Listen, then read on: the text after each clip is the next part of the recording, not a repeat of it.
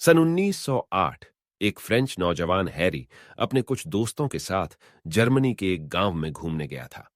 वहां पर यह लोग गांव के एक घर में रुके हुए थे। उस घर में एक बूढ़ी औरत, उसका नौजवान बेटा तथा उस बूढ़ी औरत की बहन की एक बेटी हेलेना, जो 18 साल की थी। यह तीनों रहते थे। हेलेना के माता पिता एक दुर्घटना में मारे गए थे। उसके बाद से ही हेलेना अपने मौसी के पास ही रहती थी। उस बूढ़ी औरत का नौजवान बेटा निकोलस मन ही मन हेलेना को पसंद करता था और उससे शादी करना चाहता था।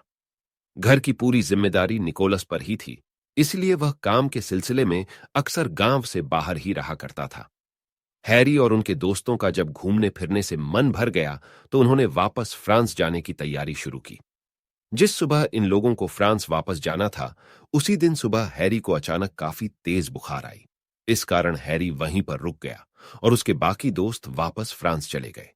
लड़की हेलेना बीमार हैरी का काफी उचित ख्याल रखती थी तथा समय समय पर दवाइयां तथा खाने पीने का काफी बारीकी से ध्यान रखने लगी। हेलेना एक छोटे से गांव की काफी सरल और सीधी स्वभाव की लड़की थी। उसकी देखरेख और उसकी मृदुल स्वभाव देख हैरी को हेलेना से प्यार हो जाता है। धीरे धीरे हैरी की तबीयत भी ठीक हो गई। अब हैरी किसी न किसी कारणवश हेलेना से बातें करने का बहाना ढूंढता रहता। हेलेना जब अपने बगीचे में काम करती तो हैरी भी उसका हाथ बटाता। हेलेना जब सब्जी तथा जरूरत की सामान खरीदने बाजार जाती तो हैरी भी उसके साथ चला जाता। इस दौरान दोनों में और नजदीकियां बढ़ी और अब दोनों एक दूसरे को प्यार करने लगे। दोनों हर समय हर जगह साथ साथ ही दिखते। गांव वालों को भी यह खबर लग गई। गांव वालों ने यह खबर निकोलस को दे दी। निकोलस अपने घर आया और हैरी को वापस फ्रांस लौट जाने को कहता है। रात में छुपकर हैरी और हेलेना मिलते हैं। हैरी हेलेना से कहता है कि वह फ्रांस लौटकर सारी व्यवस्था करके उसे यहां से लेकर जाएगा। तब तक वह किसी से शादी ना करें, और इस तरह लौटने का वादा करके हैरी फ्रांस वापस चला जाता है। हैरी फ्रांस लौटकर अपने कॉलेज की पढ़ाई और दोस्तों में मशगूल हो जाता है और धीरे धीरे वह हेलेना को भूल जाता है। हेलेना हर दिन हैरी का इंतजार करती रही। दिन बीते, महीने बीते, साल बीते, कई साल बीते पर हैरी नहीं आया। 6 साल बाद सन 1914 में प्रथम विश्व युद्ध की शुरुआत होती है। 2 साल बाद फ्रांस में सैनिकों की कमी को देखते हुए बड़े पैमाने पर नौजवानों की सेना में भर्ती की जाती है। इनमें से ही एक नौजवान हैरी भी था। हैरी जर्मन फ्रंट पर फ्रांस की तरफ से लड़ाई करता है।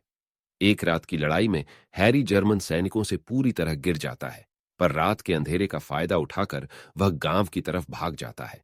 वह पूरी तरह से जख्मी तथा लहूलुहान हो गया था। हैरी जैसे तैसे उस जर्मन गांव में पहुंच जाता है।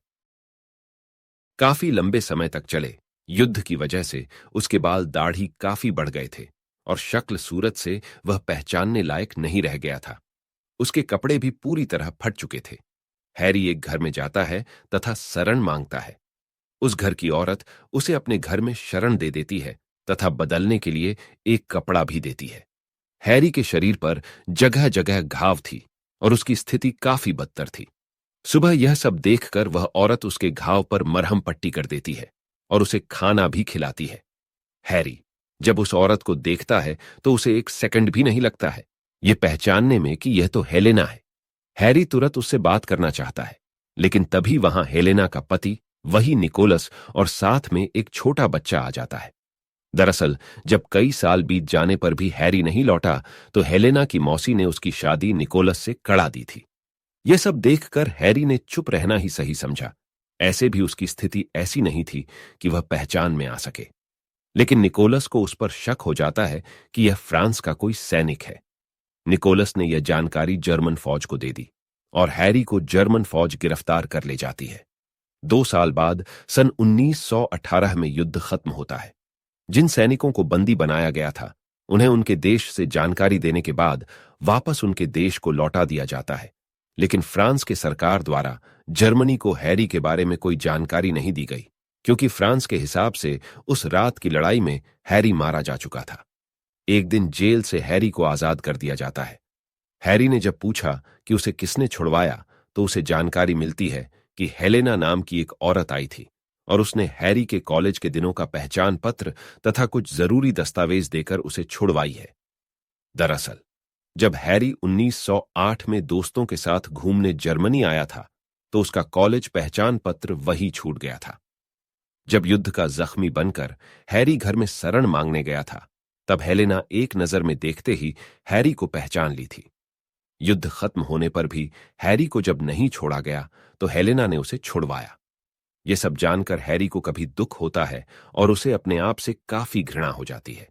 उसके बाद कोई नहीं जानता कि जेल से छूटने के बाद हैरी कहाँ गया, क्या किया। बस जो सब जान पाए वो ये कि हैरी ने अपनी सारी वसीयत हेलेना के बेटे के नाम कर दिया था।